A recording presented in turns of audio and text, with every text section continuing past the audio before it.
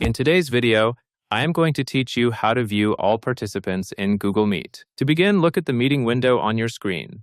At the bottom right corner, you should see a set of meeting controls. Find the 3 vertical dots, which are sometimes labeled as More Options.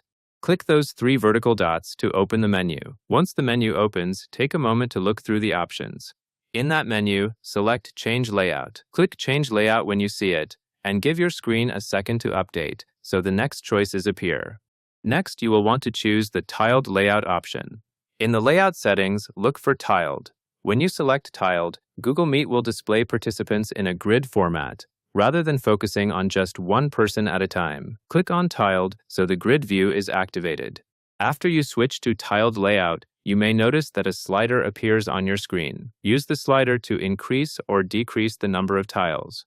As you move it, pay attention to how your screen changes.